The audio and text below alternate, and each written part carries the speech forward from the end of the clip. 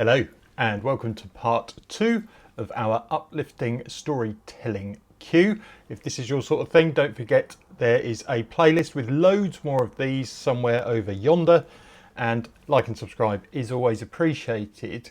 So what we did in the first part was come up with this sort of double section, but the melody changes in the strings.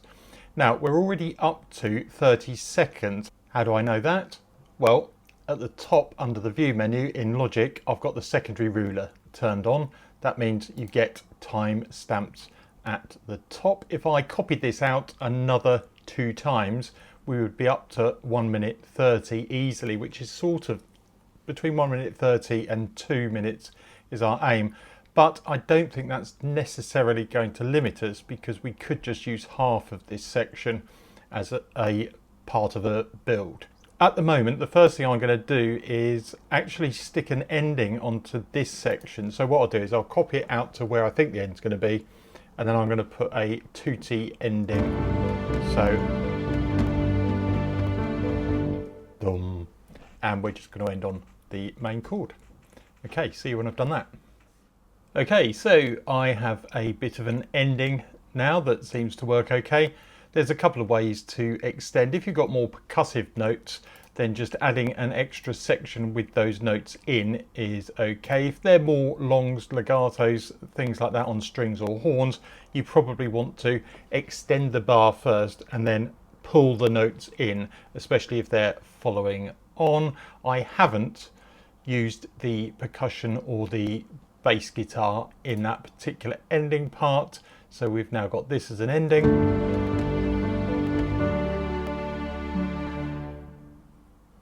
Which finishes off everything nicely. So as you can see, this time I've copied what we had to start with another 2 times. What I'm going to do now is go back and, for example, I know I'm probably going to get rid of the melody from the first time round and introduce the tune. We'll see how it goes, and when I've worked out some sort of intro, I'll be back with you. Right, so it should be a bit clearer how things are coming together now. As you can see, I've stripped out different layers as we build. So we're starting with the piano and the strings, then we bring in the spiccato strings. Introducing the percussion and the bass at the same time is quite nice. I've taken out the high and low string melody to start with, but brought it in here. Then I've left a gap, because that's the next thing I need to do, is determine some sort of sequence that's going to go in this middle part here to bring us back into everything to finish it off. So back when I found a middle section. Right, middle section added. I haven't varied too much. We're starting on a D and working our way down the chords. We're going D as we had before and A over C sharp. But then I'm doing an A minor, playing C in the root note, and then going to B minor before doing G and A. That A is going to have a natural pull back to the D when we restart that section. So we've got this sort of thing going on now. There's the C, well, A minor over C, B minor, G, up to the A. And this is going to pull into the D. The other thing I noticed I'd done was played this middle section with fuller chords than I started out with. What I've then done is then re-recorded these end 2 sections with fuller string parts to them, which I think sounds quite nice. What I'm now hearing though is, annoyingly, that this would really suit brass coming in now at the end, especially after that build.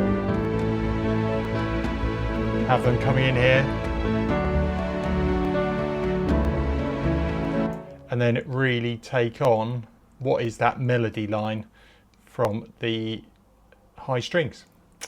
Okay, let's see if we can add some brass in. I might have a look for some percussion as well, because I think we're missing some high percussion. Anyway, we'll see. Okay, so I've added in BBC SO horns and they are sounding pretty sweet. Joining in with the build.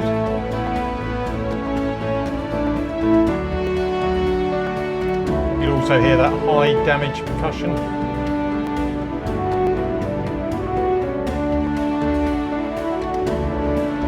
And the horn melody builds and ramps towards the end, and I've actually taken out these end notes that were running down the arpeggio, so it just ends on the one note now,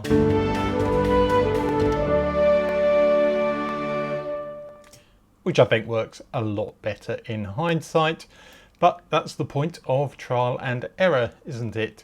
So that we come up with something that sounds good. What I'm going to do now before we finish is I'm going to go through and make sure I've added articulations to any of the tracks that need it. So I know the horns will need automating a little bit to make them a bit more realistic, as will probably the strings as well. So I'm just going to go through that before we finish this second part. Okay, well, I think that's come together quite nicely now. I've got automation in for the key instruments. I've also added some BBC SO cymbals to put a bit of transition effects in, but that's it for part 2. I'm going to play this through for you as a bit of an outro, but remember, we will hear the piano quite up front because we haven't mixed and mastered this. That's for part 3. So without further ado, here it comes. Like and subscribe, always appreciated. See you in the next one.